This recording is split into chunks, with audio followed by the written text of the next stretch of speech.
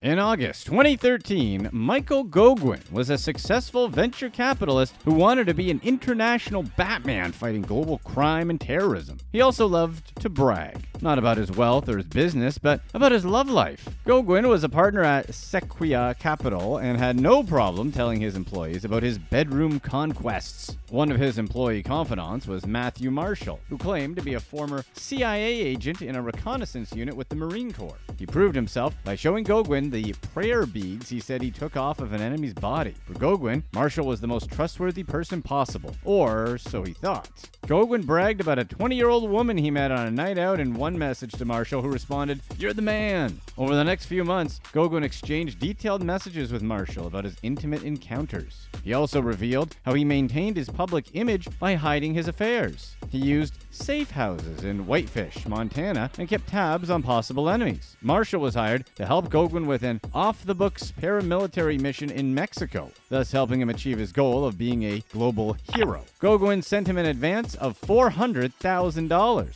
They formed Amyntor Group, which was designed to focus on intelligence operations that would help the most vulnerable people around the world. One of Gogwen's many missions was to rescue women from danger in Africa. But Marshall had his own plans. He wanted to lead assault teams on rescue missions and other operations. He just needed Gogwen's wallet. Throughout their partnership, Goguen wired Marshall more than $2 million.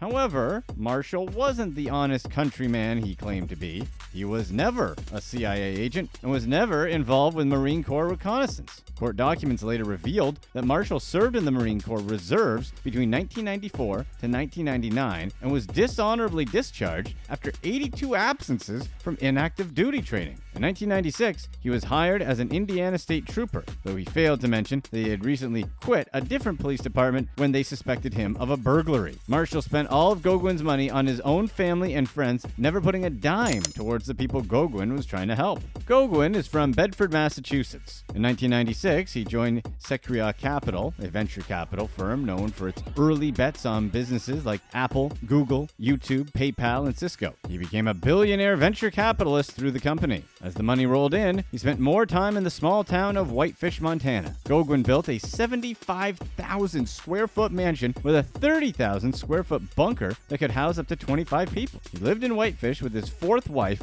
and owned the local bar called Casey's. He also had his own investment firm called Two Bear, which invested in early-stage biotech and cybersecurity companies. His repertoire also included Two Bear Farm and Two Bear Air Rescue Foundation. He became somewhat of a Whitefish local hero by funneling millions of dollars into search and rescue operations. Goguen had the town of Whitefish wrapped around his finger. Then he used it to his advantage. Goguen painted himself as a philanthropist. But rumors circulated around Whitefish that the police were looking for him. Thousands of court documents containing text messages, emails, and testimony proved his womanizing ways. He used luxury safe houses where he would take these young women for privacy. He installed a basement boom boom room with a dancer pole at his bar.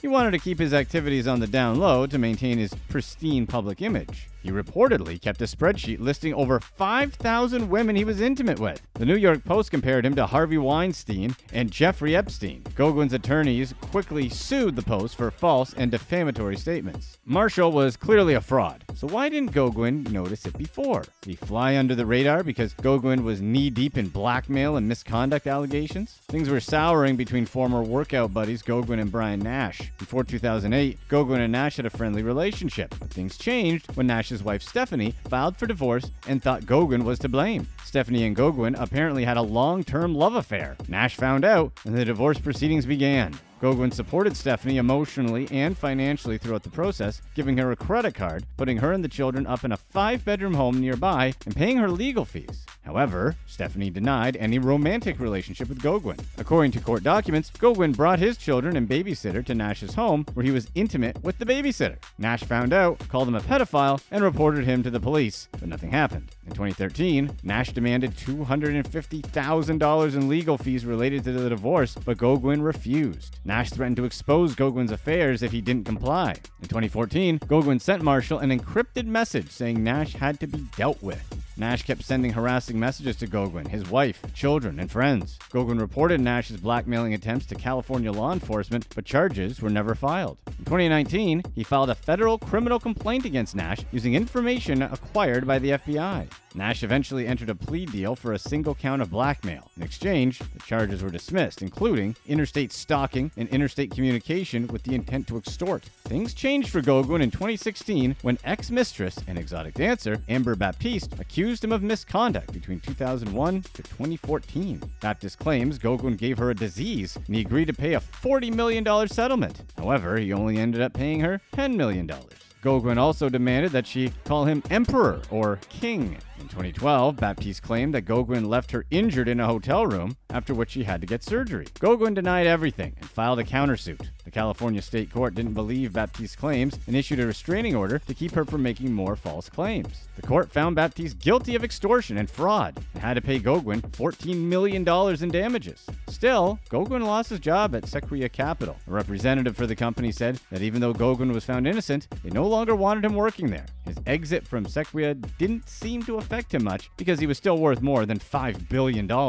While Goguen was submerged in controversy, his most trusted confidant, Marshall, quietly scammed him. In 2013, Marshall texted Goguen requesting $500,000 for a covert mission to Mexico. He said the money would go toward personnel, equipment, and bribes. In a later text, Goguen sent Marshall a news article about women being abducted in Nigeria, saying that he hoped Amyntor could help them too. Marshall was hired to help Goguen save the world and spy on his enemies, including Nash and Baptiste. When Goguen said that he wanted Nash taken out, Marshall had to talk him out of it. Marshall was tasked with hiring a private investigator to follow Baptiste and use Amyntor's resources to target her. He even tried to get Baptiste deported to Canada. But a year after Goguen asked Marshall to put Baptiste under surveillance, he started having his doubts about Marshall and Amyntor. To make up for his lack of expertise, Marshall hired a real CIA agent named John McGuire, who had decades of experience. Another former CIA alum named Mary Beth Long joined the team. Since you probably don't know, she used to be the Assistant Secretary of Defense for International Security Affairs. Goguen needed international security clearance to accomplish his Batman-like goals, but Long wasn't sure he could get it because of his legal battles. He suggested making Amyntor a global company to bypass some of the United States' requirements. This never happened. Between 2013 and 2015, Goguen sent Marshall over $2 million for paramilitary missions that never happened either. One of the many assignments was to lead assault teams to strike Syrian extremists and rescue anyone under their control. Instead, Marshall spent the money on himself and his family. Marshall was also tasked with purchasing jewelry, vehicles, properties, and more to pay off Gogwen's mistresses or anyone who knew too much about his misconduct. Marshall also funded their vacations, healthcare, and education. In exchange, they danced for Goguen or keep their mouth shut. His mistresses had Marshall's number in case they had any issues. One time, Marshall was called to Africa to help some Playboy playmates who lost their passports on a safari. In 2015, Goguen confronted Marshall about how he was losing trust in him. He wasn't getting the transparency and honesty he hoped for from the Amyntor CEO. Marshall panicked and sent Goguen a long text message detailing how much he valued their friendship. He said he'd never betray their friendship or trust no matter what. Goguen had permission to run him over if he was lying. Meanwhile, Amyntor was experimenting with new ways to make a profit, such as working at the Olympics in Rio de Janeiro or traveling to Iraq to sell intelligence support to the Kurds. Another business venture involved designing a high-speed boat to help foreign governments capture pirates. None of these ideas were very successful, and the Amyntor vice president, Chip McKelton, confessed to making things up as they went along. Though it's never okay to be scammed out of $2 million, Goguen probably doesn't deserve much sympathy. When women reported Goguen to the police, they basically ignored their stories. Turns out, some members of the Flathead County Police Force were on Gogwen's payroll. Goguen also had installed a system to listen to police communications. In 2018, one woman told a local police officer that Goguen took advantage of her and then paid her $1,200 to go away. At this point, even Marshall urged the officer to report to the FBI. But Goguen bribed the cop with luxury elk hunts and rides in his private jet. Nothing came of the investigation. Instead, it was handed to Detective Shane Erickson, who let the investigation fall through. Erickson told Marshall that he was spending time with Goguen at his house in Whitefish Lake, and they went on coyote hunting expeditions together. Finally, Goguen bribed Erickson by inviting him on a $20,000 private Colorado elk hunt. Later, the female victim recanted her story after signing a non-disparagement agreement with Goguen. Marshall realized that Goguen was bribing Erickson and sent a message to Police Chief William Dial, who wasn't a big fan of Goguen. The two started conspiring to oust Erickson from the police force.